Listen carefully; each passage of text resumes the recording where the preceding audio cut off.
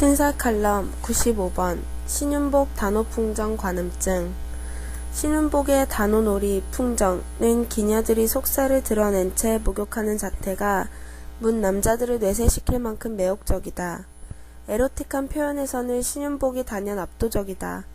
배경에는 인물의 깔끔한 묘성과는 달리 거칠고 무른 필선을 사용하고 실제감을 충실하게 나타내었는데, 거칠고 단단한 조형성을 지닌 배경에 평면적이고 산뜻한 인물을 배치하여 더욱 여성적인 깔끔함을 돋보이게 하였다. 세심하고 충실한 입체감과 다채롭고 선명한 평면성이 교차하고 있는 것이다.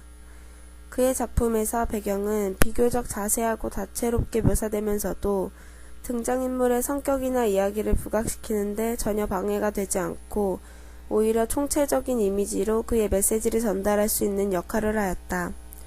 신윤복이 에로틱한 장면을 화폭에 담았음에도 불구하고 외설로 빠지지 않는 것은 이처럼 개성과 뛰어난 조형 능력을 갖추었기 때문이다. 중요한 사항만 집중적으로 묘사하는 김홍도의 표현 방식과는 또 다른 세계이다.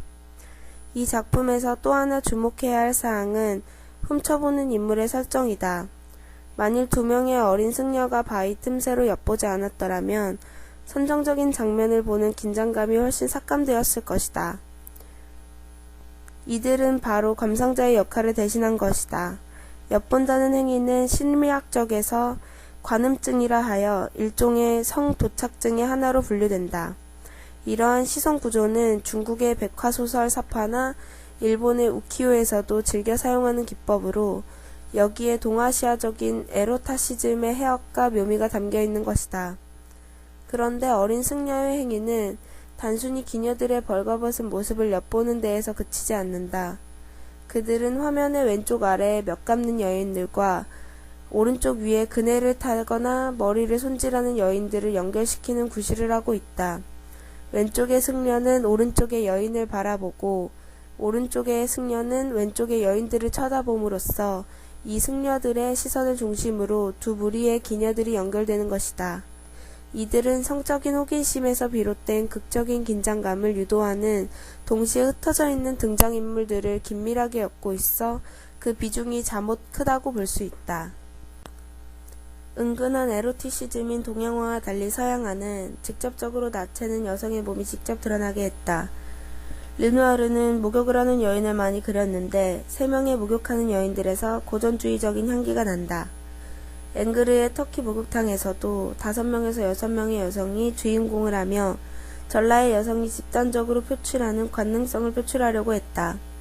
즉 서양의 미술은 직접적으로 여성의 눈으로 시선을 끌려고 하는데 신윤복은 간접적으로 승려의 눈으로 훔쳐보기에 관음증적인 측면을 덧붙여 단오풍정의 여성을 더 섹시하게 나타내려고 한다. 관음증은 성적 도착증 중 하나로 사람의 특정 신체 부위나 성적인 행동을 훔쳐보거나 촬영을 하여 성적 흥분을 느끼는 것을 말한다. 대한민국에서는 타인에게 이러한 행위로 피해를 준 경우에는 법적으로 처벌받을 수 있다. 하지만 관음증이란 넓게 보면 영화나 TV 드라마, 명화, 예술, 사진 등 다른 사람의 행위나 말 등을 훔쳐보기까지 포함될 수 있기 때문에 단순히 성적인 욕망도 있지만 남이 어떻게 하는지 호기심이 들어서일 수도 있다. 예를 들어 남성은 지나가다 예쁜 여성을 쳐다보고 여성도 동성인 여성을 쳐다보게 된다.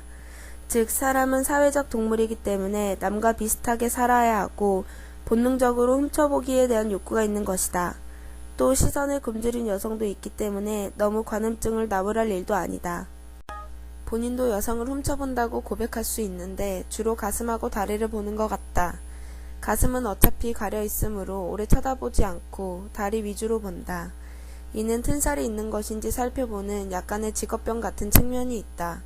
그런데 튼살이 몇 가닥 있을 뿐 별로 눈에 띄지 않는데 의외로 많은 여성이 튼살로 고민한다.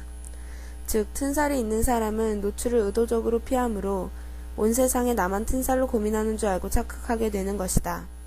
한여름에는 짧은 옷을 입은 여성들이 많은데 요즘에는 생각보다 튼살이 있는 여성들을 많이 본다.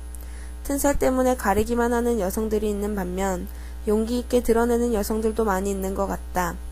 다리의 각선미는 하체의 아름다움이라고 생각하는데 돌출된 가슴이 서양의 양적인 아름다움이라면 다리의 각선미는 음적인 아름다움으로 동양의 아름다움이 아닐까 생각해본다.